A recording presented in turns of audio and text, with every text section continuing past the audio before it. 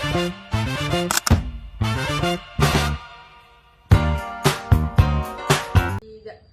teman-teman, jadi di sini aku akan bahas tentang penyakit ISPA atau infeksi saluran pernapasan.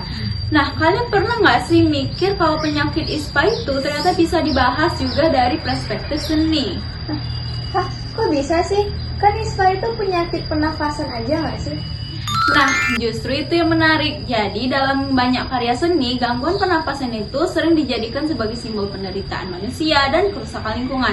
Makanya, sekarang pembahasan ISPA itu nggak dilihat cuma dari sisi medis aja, tapi juga dilihat dari sisi sosial dan seni.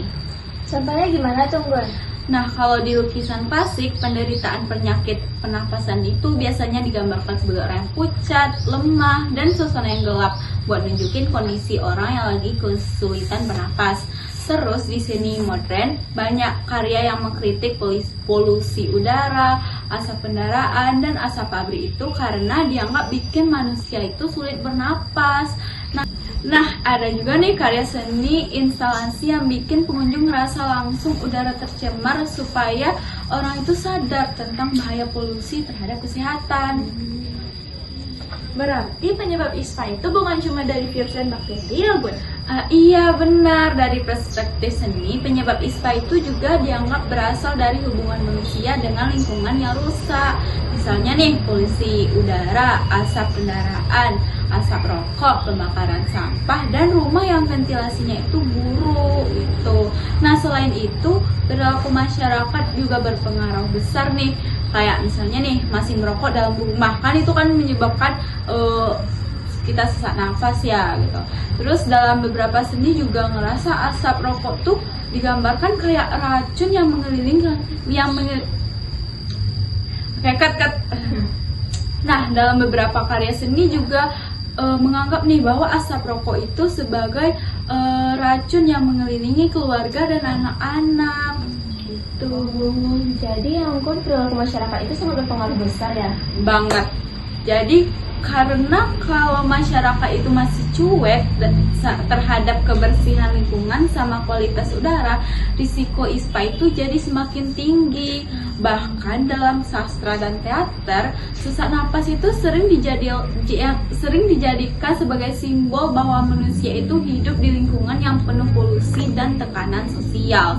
Jadi, ISPA itu dari perspektif seni bukan cuma masalah kesehatan fisik aja, tapi gambaran masalah lingkungan sosial dan masyarakat. Dan aku mau nanya deh, Gun, kalau penyelesaiannya itu gimana sih? Nah, kalau penyelesaiannya itu dari perspektif seni itu bisa lewat edukasi kreatif. Misalnya nih, pakai poster yang menarik nih, terus video pendek kayak video yang di TikTok itu lah. Terus kan orang-orang banyak nih nengok TikTok. Nah, bisa melewati video TikTok, terus bisa lewat musik juga, drama, atau kampanye sosial tentang pentingnya udara bersih dan bahaya polusi. Kadang masyarakat lebih gampang memahami pesan lewat visual dan cerita yang menarik kayak yang tadi aku jelasin itu.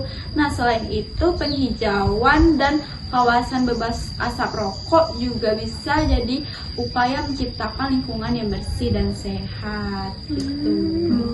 Berarti ISPA itu nggak cuma masalah kesehatan aja ya, Gun? Iya bener banget. Jadi ISPA itu juga berkaitan sama masalah lingkungan, perilaku manusia, dan kesadaran sosial masyarakat. Makanya nih penyelesaiannya itu nggak cukup cuma lewat pengobatan aja, tapi juga lewat perubahan perilaku dan kepedulian kita terhadap lingkungan sekitar gitu. Nah, dan lewat perspektif seni kita juga lebih sadar kalau pernafasan dengan sehat itu adalah hal yang sederhana tapi sangat berharga gitu. Ternyata menarik juga ya, seni juga bisa jadi bahan edukasi untuk kesehatan. Iya, jadi kesehatan bisa dipahami dengan cara yang lebih dekat dan lebih relate sama kehidupan kita sehari-hari. Begitu, jadi itu penjelasan dari aku mengenai ISPA di perspektif seni. Nah, jangan lupa jaga kesehatan dan kebersihan lingkungan ya. Bye-bye!